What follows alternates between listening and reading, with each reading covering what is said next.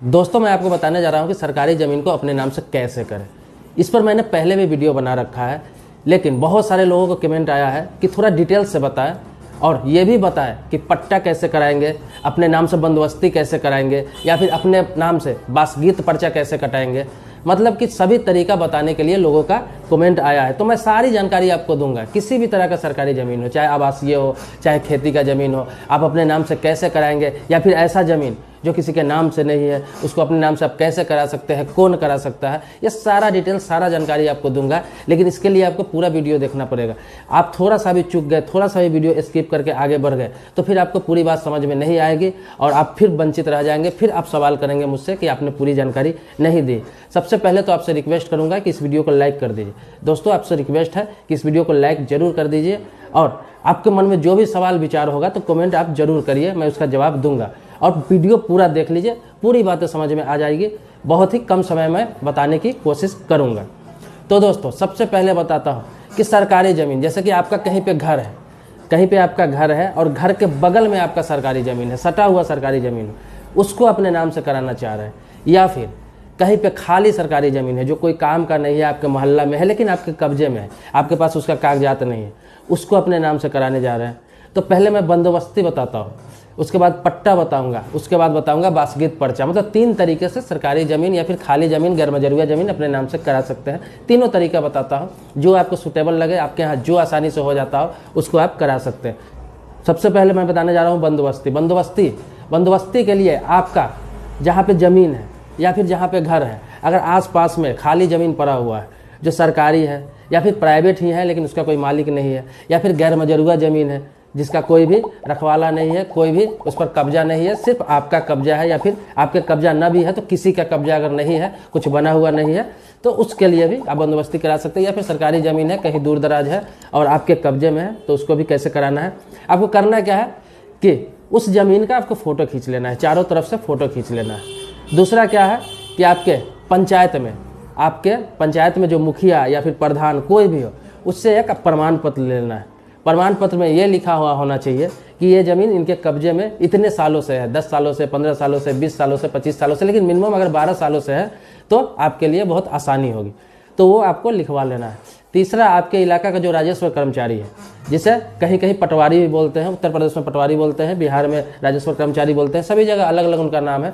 तो उनके पास जाएंगे, उनसे एक नक्शा बनवा लेंगे उस ज़मीन का नंबर देख के आपको नक्शा बना दिया जाएगा कि ये ज़मीन ये है, इधर पश्चिम में इसका ज़मीन है, उत्तर में इसका ज़मीन है, दक्षिण में इसका ज़मीन है, और मतलब उसका चौहद्दी बना देगा वो चौहद्दी लगाकर और एक आवेदन साथ में लिखकर, मतलब कि नक्शा मुखिया सरपंच का या फिर प्रधान का, किसी का भी एक सर्टिफिकेट होना चाहिए जो वो लगाना है आपको, और ज़मीन का फ़ोटो, उसके साथ एक आवेदन लगा के आपको क्या करना है, अंचल में जाना है। अंचल कार्यालय जो सर्किल ऑफिस होता है, या फिर आपके यहाँ तहसील होगा जहाँ तहसीलदार बैठते हैं, उनके यहाँ आवेदन करना है।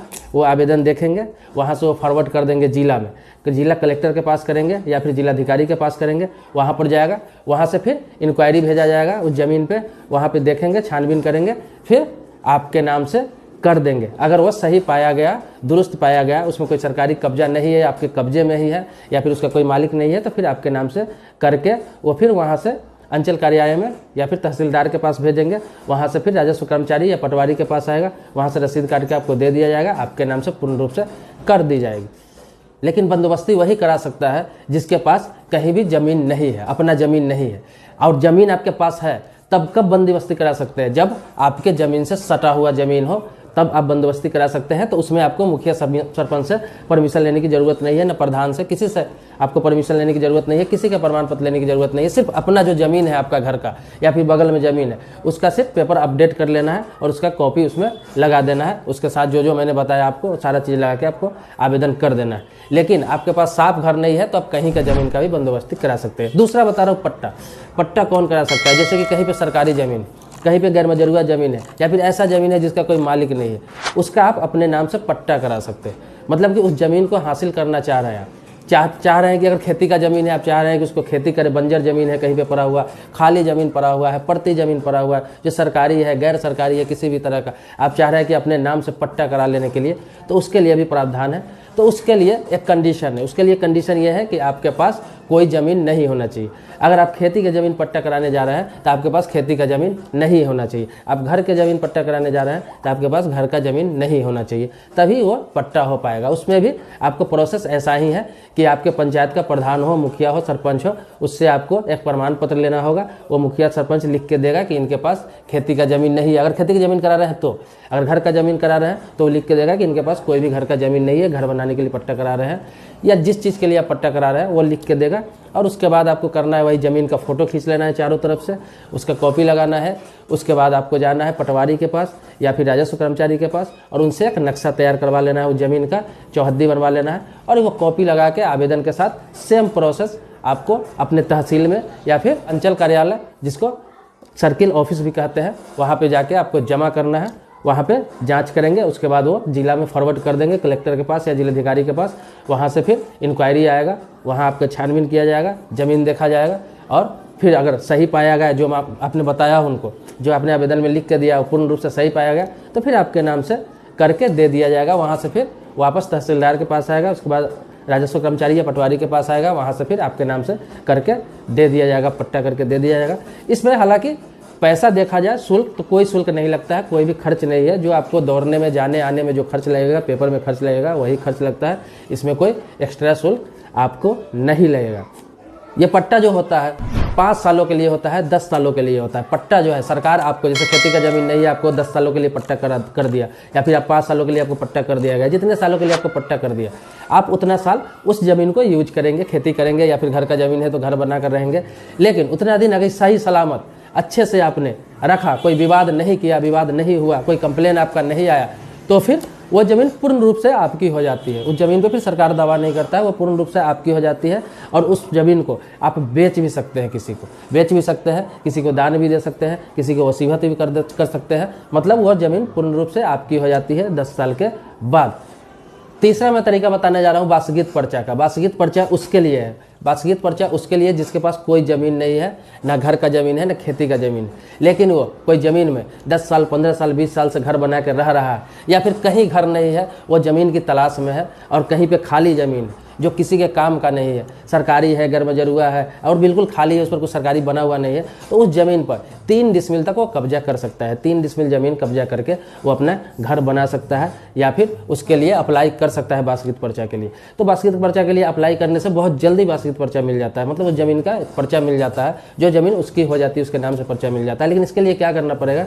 उसके लिए करना यह है कि एक कंडीशन है इसमें, ये वासगीत पर्चा जो मैं बताने जा रहा हूँ इसमें कंडीशन है। ये वासगीत पर्चा उसी को मिलता है जो SC ST है, मतलब बंदोबस्ती तो कोई भी करा सकता है, SC ST OBC या फिर जनरल हो, या फिर पट्टा कोई भी करा सकता है, SC ST जनरल या OBC।